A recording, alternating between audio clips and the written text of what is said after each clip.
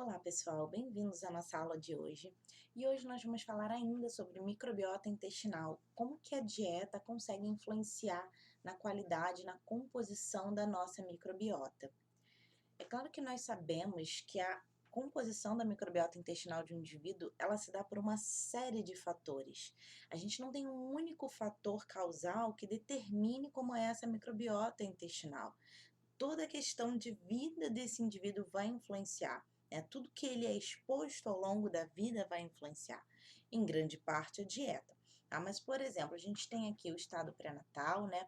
A genética, a exposição intrauterina ainda, ou seja, quando ele estava na barriga da mãe, o que que essa mãe utilizou quando ela estava gestando ainda esse bebê, né?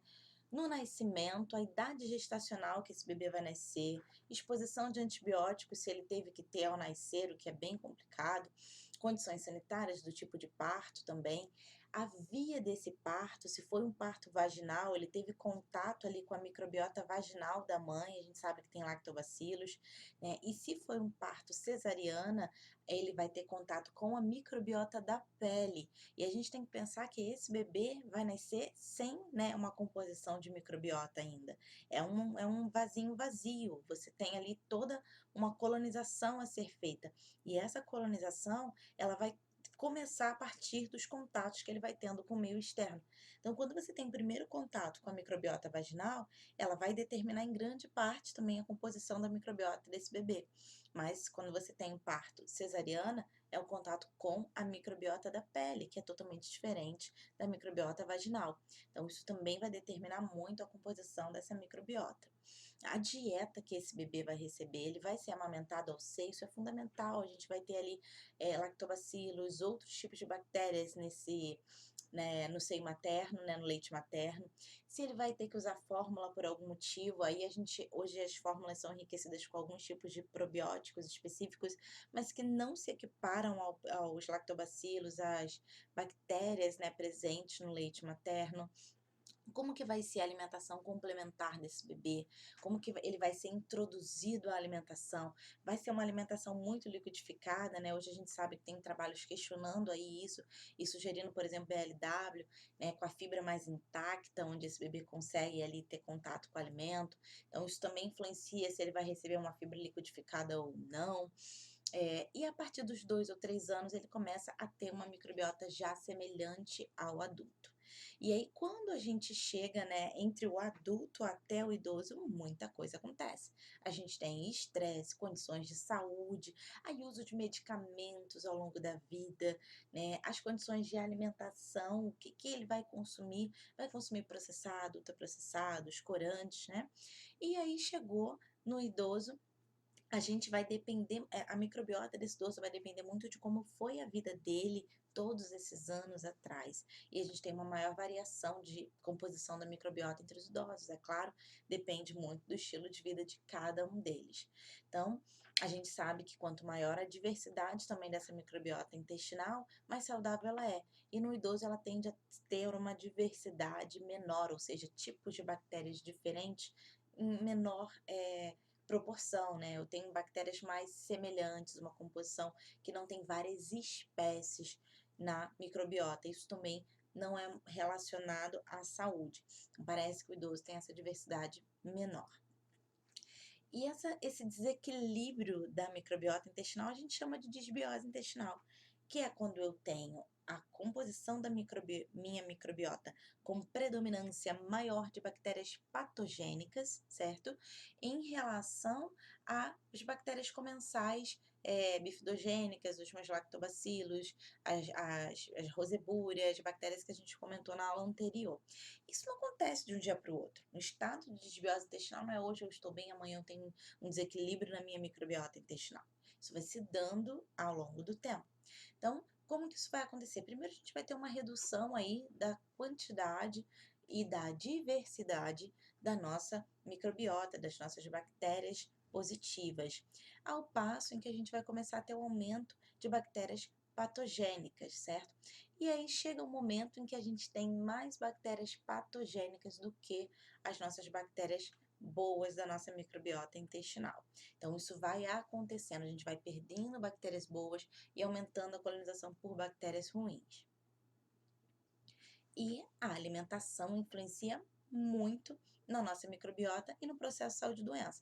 Se você tem uma alimentação mais rica em proteínas animais e carnes vermelhas e carnes processadas, gorduras saturadas, grãos refinados, farinhas brancas, né, e os seus produtos, as suas receitas, açúcar, sal, álcool, xaropes, aqueles xaropes de milho, xarope de frutose, xaropes industrializados, que são frutose pura e não a frutose da fruta, que é totalmente diferente, né? A gente tende a ter uma redução da diversidade, ou seja, espécies diferentes em menor diversidade, eu tenho uma bactéria, uma composição mais semelhante, infecção por patógenos, inflamação, aumento da minha permeabilidade intestinal e redução da minha mucina. Porém, se eu tenho uma dieta mais integral, rica em frutas, legumes e verduras, automaticamente ela vai ser rica em fibra alimentar, certo? E se eu também tenho a maior ingestão de ácidos graxos insaturados, principalmente os poliinsaturados do tipo ômega 3, eu tendo a ter uma diversidade melhor na minha microbiota intestinal, né? Uma colonização mais saudável, uma redução da minha inflamação, uma vez que essas substâncias, né, o ômega 3, a fibra alimentar, vai produzir ácidos graxos de cadeia curta a partir dessa fibra, que tem ação anti-inflamatória. Eu tendo a ter uma melhor barreira intestinal, e a gente já falou bastante disso. Então, na verdade, o que isso quer dizer é que a alimentação ela não tem que ser processada, ela não tem que ser industrializada. Então, não tem muito mistério, né? Se você pega um indivíduo que tem uma alimentação a partir de biscoitos, pães refinados, gorduras saturadas, comidas, açúcares em geral, tudo muito processado, muito refinado, muito esbranquiçado, ele vai ter sim uma tendência a ter uma composição da microbiota intestinal prejudicada, até porque automaticamente ele vai ingerir menos fibra. Agora, quando eu tenho uma alimentação mais in natura, mais integral, eu não como o alimento refinado, eu como na sua composição mais integral possível, eu vou dar nutrientes para que a minha microbiota entre em equilíbrio. Então, na verdade, quando eu tenho as bactérias comensais, as bactérias boas na minha microbiota intestinal em maior quantidade do que bactérias oportunistas, porque bactérias ruins a gente sempre vai ter uma ou outra, né? A gente não vai ter um intestino só de bactérias boas, a gente está sempre tendo contato com bactérias ruins a todo tempo. Mas a gente tem que ter em bem maior proporção aí as nossas bactérias comensais, as nossas bactérias boas. Quando eu tenho isso, eu tenho uma redução da minha permeabilidade intestinal, o meu estado mais anti-inflamatório, o aumento da minha sensibilidade à insulina, a melhora da minha mucosa intestinal e prevenção de doenças cardiovasculares. E isso se dá a partir de uma dieta mais in natura, né, um estilo de vida saudável, uma dieta anti-inflamatória rica em probióticos também, em prebióticos, que são as fibras, nós vamos falar ainda, os nutracêuticos fitoquímicos que modulam a nossa microbiota intestinal também. Porém, quando a gente tem abuso de antibióticos, a gente vai mostrar para vocês aqui um trabalho mostrando como que isso pode alterar a nossa microbiota intestinal. Quando eu tenho consumo de gorduras, açúcares, um excesso alimentar, né, o overnutrition, sedentarismo, tudo isso vai influenciar e a gente vai ter uma maior predominância de bactérias oportunistas, levando aí ao aumento do risco de diabetes, síndrome metabólica, doença cardiovascular, redução da minha permeabilidade, né, o aumento da minha permeabilidade intestinal, afastamento das minhas junções firmes no meu intestino, permitindo a passagem de substâncias tóxicas para minha circulação, e essas substâncias tóxicas vão aumentar a minha inflamação também. Então, como a dieta in natura é fundamental para o controle da microbiota. Então, a primeira coisa que a gente tem que fazer é tirar processado e ultraprocessado da dieta do nosso paciente. Então, é claro que a gente está no mundo real, ele não vai deixar de comer processado e ultraprocessado nunca, né? Nunca mais eu vou comer e de um dia para outro eu não como mais. Então, trabalhar a dieta dele, primeiramente para que ele entenda a importância de comer uma alimentação mais in natura e que ele priorize ao máximo isso. Tá? Ao máximo, entender ele e fazer ele entender que vão acabar havendo exceções no dia a dia dele, mas que ele precisa voltar, né, para a alimentação proposta, que é uma alimentação mais in natura. Então, no nosso cardápio, priorizar sempre comida de verdade é basicamente a solução para que a gente tenha uma microbiota mais equilibrada. Então, aqui a gente tem essa figura mostrando o que a gente já falou, na verdade, né? Que é uma alimentação rica em açúcares, xaropes, consumo de ácidos graxos saturados, Os inibidores da bomba de próton também, os antiácidos, que vai alterar o nosso pH estomacal, deixando ele mais básico e permitindo a infecção por bactérias oportunistas, levando aí a diminuição levando a uma resistência à insulina, aumento do risco de doença cardiovascular, lipopolissacarídeo, conforme nós já falamos, passando para a nossa circulação e vai levar isso a uma inflamação, uma vez que ele é reconhecido pelo Toll-like receptor, né, ativando cascata inflamatória. Mas quando a gente tem fibras e alimentação in natura, a gente tem redução do risco de doença cardiovascular, redução da inflamação da mucosa intestinal, a gente sabe o quanto isso é importante, aumenta a sensibilidade à insulina e vários fatores protetores aí à nossa saúde. Alguns trabalhos, esse trabalho aqui ele foi bem interessante, vou jogar a câmera aqui para o lado, porque ele mostrou algumas evidências específicas em relação a como a dieta influencia ali a minha inflamação na minha mucosa intestinal e, como consequência, minha inflamação sistêmica. Então, legal é que aqui, olha, em pretinho, ele está mostrando o que tem evidência direta humana, ou seja, está bem estabelecido. Em vermelhinho, ele está mostrando que tem evidência direta de inibição, ou seja, o que a dieta inibe. Em essa setinha cinza aqui, sem ser pontilhada, a lisa, ela está mostrando trabalhos que ainda foram feitos com modelos animais, então são estudos que ainda precisam de maior pesquisa para se poder afirmar. E aqui, em setinha cinza pontilhada, ainda há discordância, uma grande discordância na literatura. Então, a gente consegue ver o que está mais claro, mais embasado na ciência e o que ainda precisa de mais estudo. Então, vamos aqui para o pretinho. Ácidos graxos saturados, olha só. Como as gorduras saturadas aumentam a ativação do Toll-like receptor 4, que vai produzir interleucinas inflamatórias, TNF-alfa, levando à inflamação da minha mucosa intestinal, levando também a desbiose e desregulação das minhas células TREG, e aí eu vou ter uma hiperativação do meu sistema imunológico, me levando a alergias e doenças autoimunes e inflamação sistêmica, uma vez que as minhas células TREG vão estar inibidas, né, permitindo com que meus linfócitos ataquem loucamente. Aqui a gente também tem o consumo de açúcar e carne vermelha, também levando a esse desbalanço aí nas nossas células TREG e podendo levar a uma desbiose intestinal. Agora, em evidência certa de inibição, a gente tem o ômega 3, que tem claramente uma ação anti-inflamatória aí, não levando a ativação desse Toll-like receptor 4, não havendo essa inflamação. Agora, estudos em animais, a gente tem o glúten alterando aí aumentando a nossa inflamação, mas você vê que a seta está em cinza, ó. São estudos em animais ainda ou in vitro, não são pesquisas com seres humanos, são estudos ainda de baixa força científica, ou seja, a gente precisa pesquisar mais para poder afirmar se o glúten realmente tem alguma influência. Mas, gente, o mais importante, eu costumo dizer que o nosso corpo conversa com a gente, tá?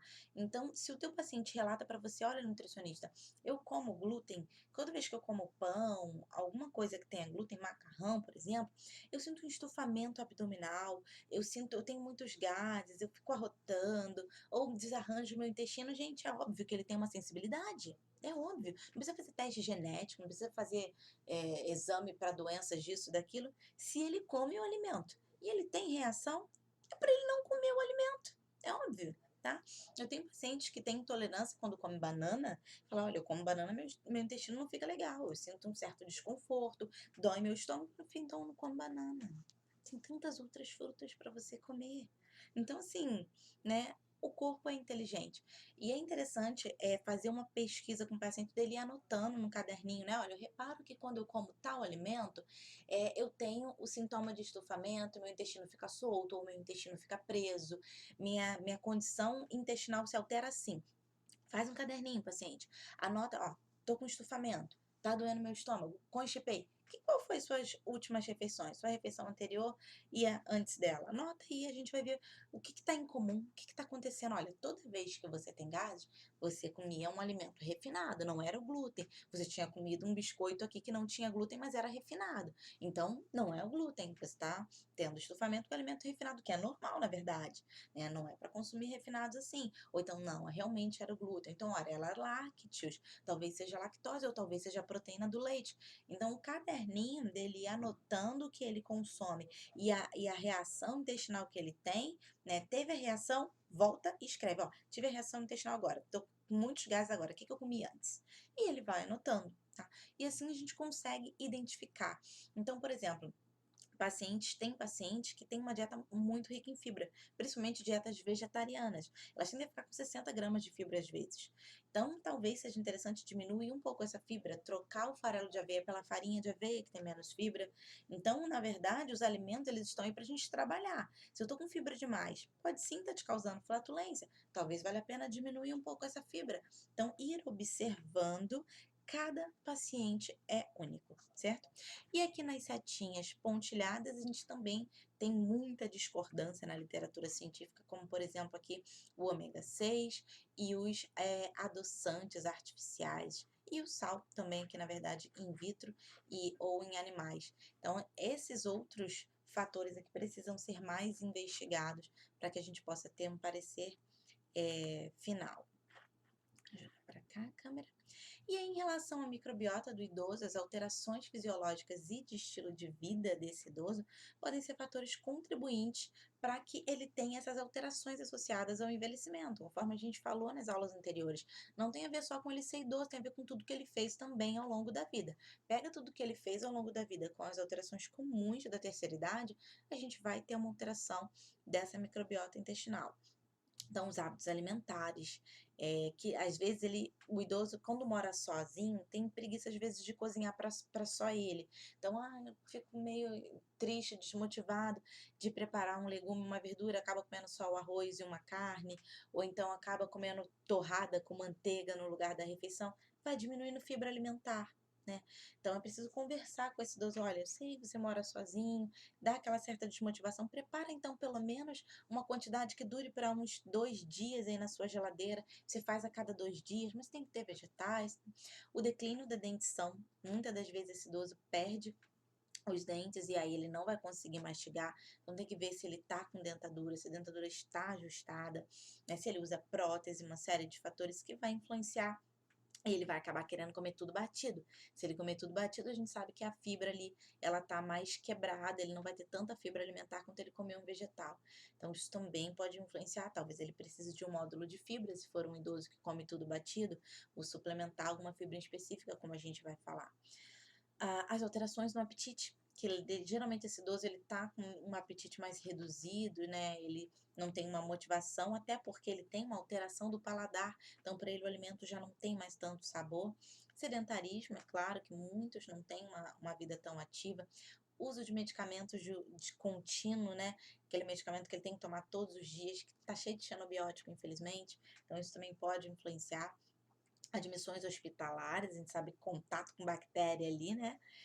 E a hipocloridria gástrica, ele tende a ter menor produção de ácido gástrico no estômago, então a digestão dele tende a ficar mais prejudicada.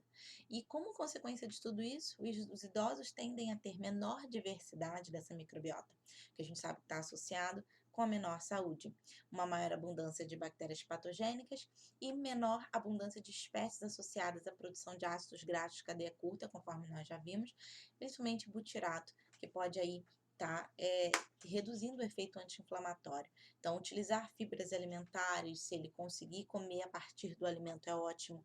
Se não, se ele come tudo batido, a gente pode usar linhaça liquidificadinha no que ele come batido, chia, sementinhas liquidificadas, né, desde que seja bem trituradinhas. Então, a gente pode sim tentar colocar mais fibra no que ele consome, se ele come tudo batido ou não. E se ele come torradinhas porque ele fica triste de cozinhar, tentar conversar com ele, de repente ele pode precisar de um suporte psicológico.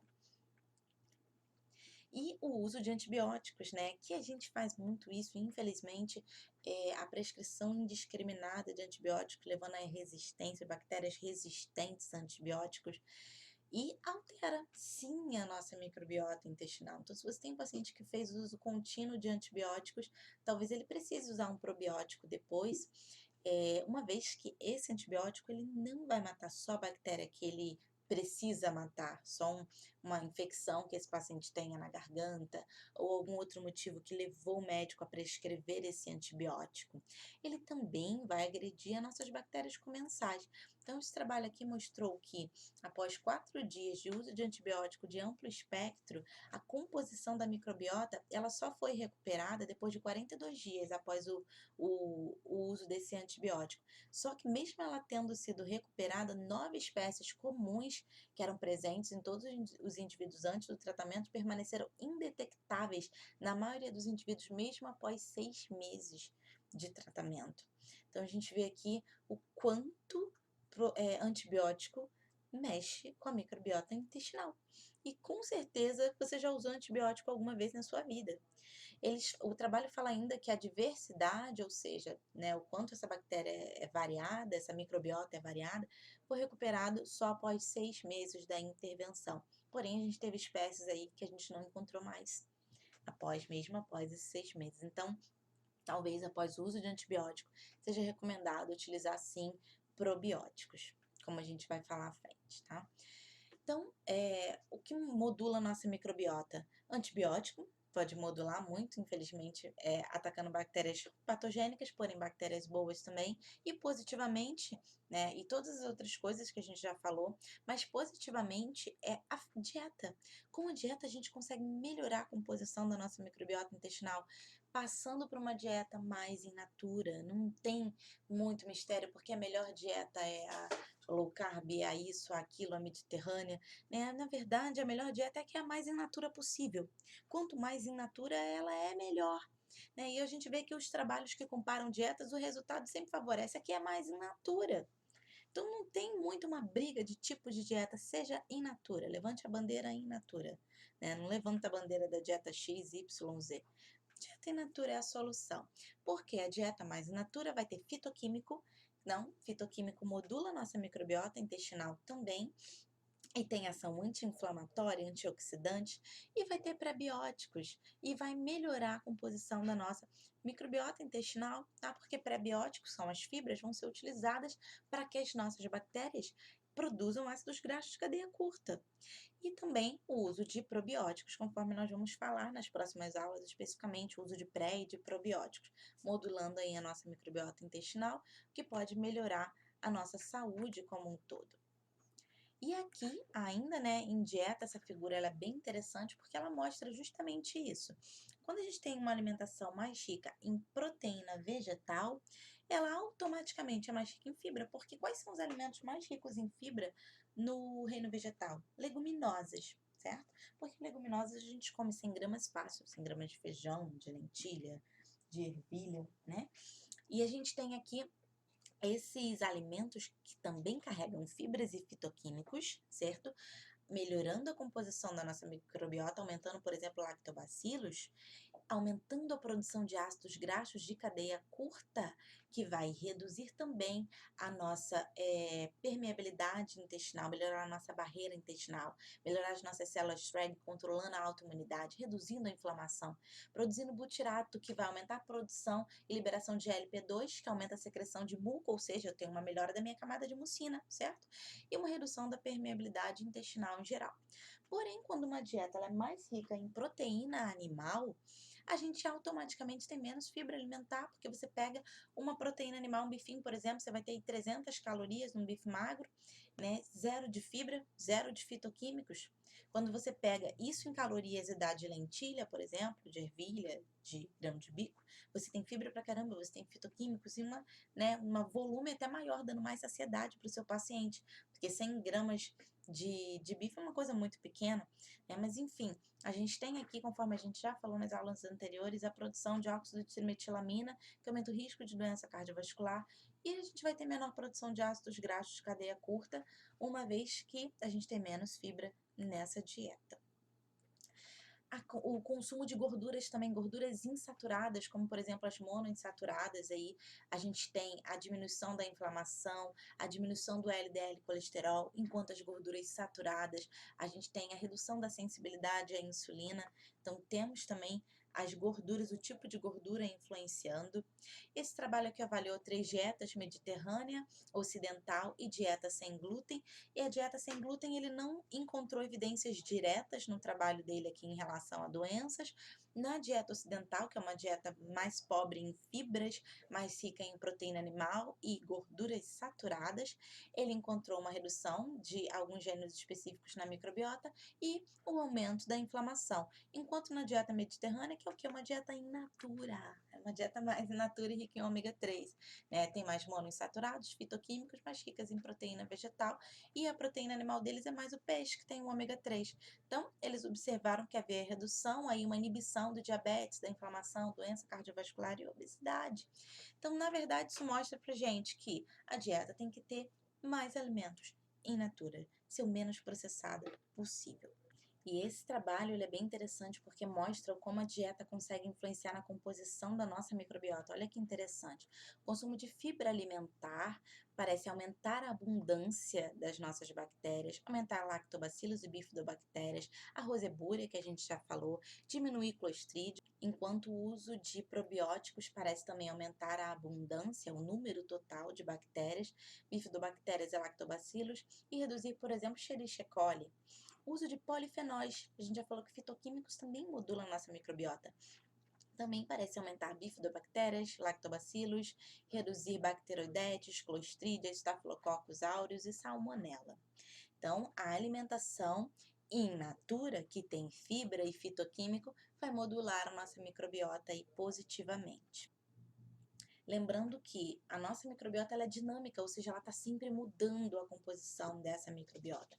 E ela está em constante relação com fatores dietéticos e estilo de vida. Se eu mudo a minha alimentação, eu tendo a mudar a minha microbiota intestinal.